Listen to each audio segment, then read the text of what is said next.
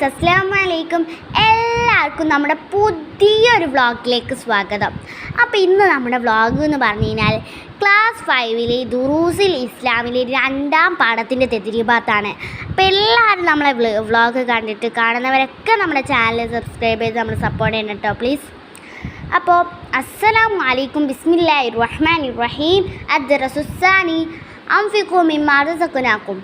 ഈ പാഠത്തിൻ്റെ കണ്ടൻറ് എന്താണെന്ന് നിങ്ങൾക്കറിയാമോ? എന്താണ്? അതെ, നോക്കാം. ഇതിൽ അതായത് ദൂർത്ത്, പിശുക്ക് എന്നിവയെക്കുറിച്ചൊക്കെ പറയുന്നുണ്ടല്ലേ.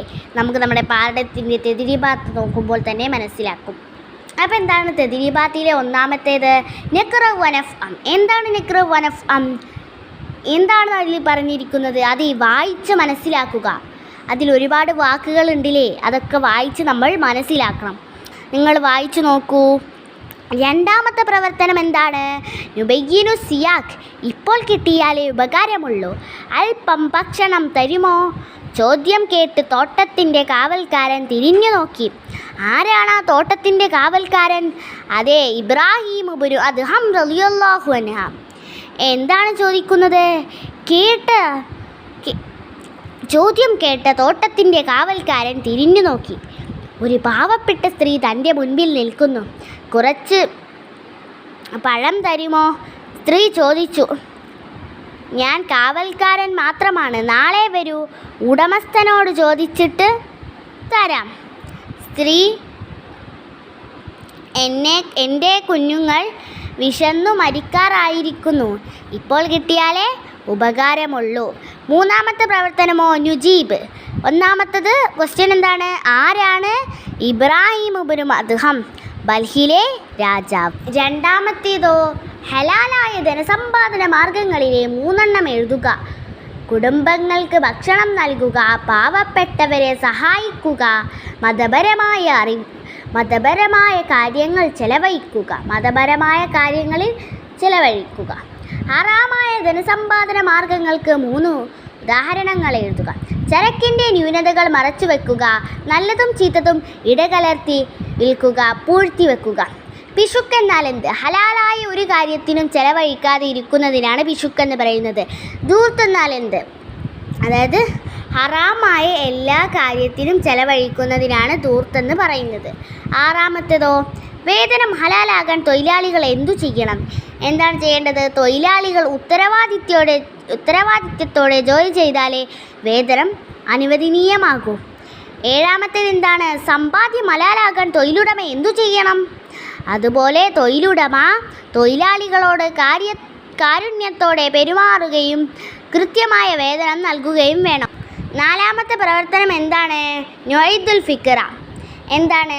ദൂർത്തിനെ കുറിച്ചൊരു ഖണ്ഡിക എഴുതാനാണ് പറഞ്ഞിരിക്കുന്നത്. എന്താണ്? ദൂർത്ത് ഒരു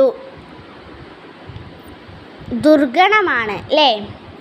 ദൂർത്ത് എന്ന് പറഞ്ഞാൽ അനുവദനീയമല്ലാത്ത ഹറാമായ കാര്യങ്ങൾ ചെയ്യുന്നതാണ് ദൂർത്ത്.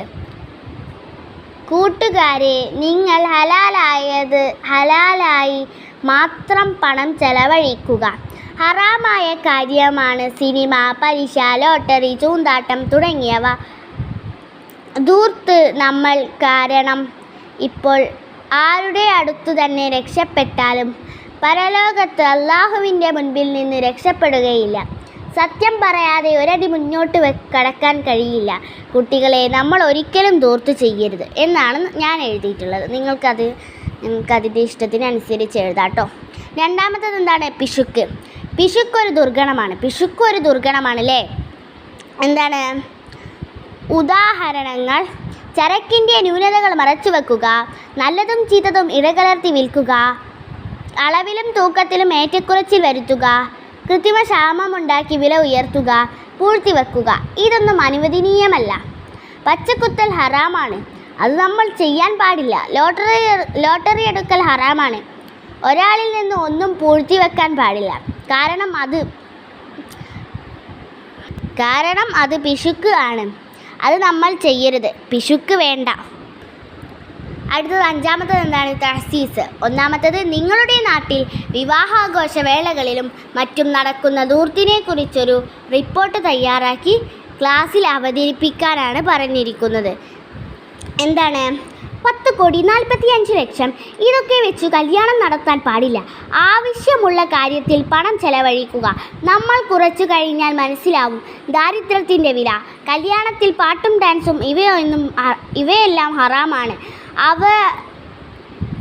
അതൊക്കെ ചെയ്യുന്നവർക്ക് നാശം സംഭവിക്കുമെന്നാണ് പറയുന്നത്. രണ്ടാമത്തത് എന്താണ്?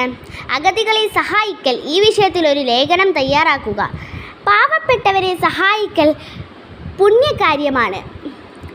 വഴിയിൽ കാശില്ലാതെ വിഷമിക്കുന്ന ആളെ കണ്ടേക്കാം. പാവമാണവർ. ഒരു നേരത്തെ ഭക്ഷണമില്ലാതെ കഴിയുന്നവരാണവർ. വിശപ്പിൻ്റെ വില പറയാൻ കഴിയില്ല. കുറച്ച് ഭക്ഷണം അവർക്ക് കിട്ടിയാൽ അവർ സന്തോഷത്തോടെ കഴിക്കും. 900 കോടി ആളുകൾ അങ്ങനെ നമ്മുടെ ലോകത്തുണ്ട്. ഒരുപാട് ആഗ്രഹങ്ങൾ അവർക്കുണ്ടാകും. അത് നമ്മൾ നിറവേറ്റി കൊടുക്കണം. എൻ്റെ ലേഖനം ഇവിടെ അവസാനിക്കുന്നു. അസ്സലാമു അലൈക്കും. അപ്പോൾ ഇത്ര ഉള്ളൂ കേട്ടോ നമ്മളെ വ്ളോഗ്. അപ്പോൾ എല്ലാവരും ഇഷ്ടപ്പെട്ടാൽ ലൈക്ക് ചെയ്യുക, ഷെയർ ചെയ്യുക, സപ്പോർട്ട് ചെയ്ത്. അപ്പോൾ എല്ലാവർക്കും ടാറ്റാ, അസ്സലാമു അലൈക്കും, ശുക്രൻ.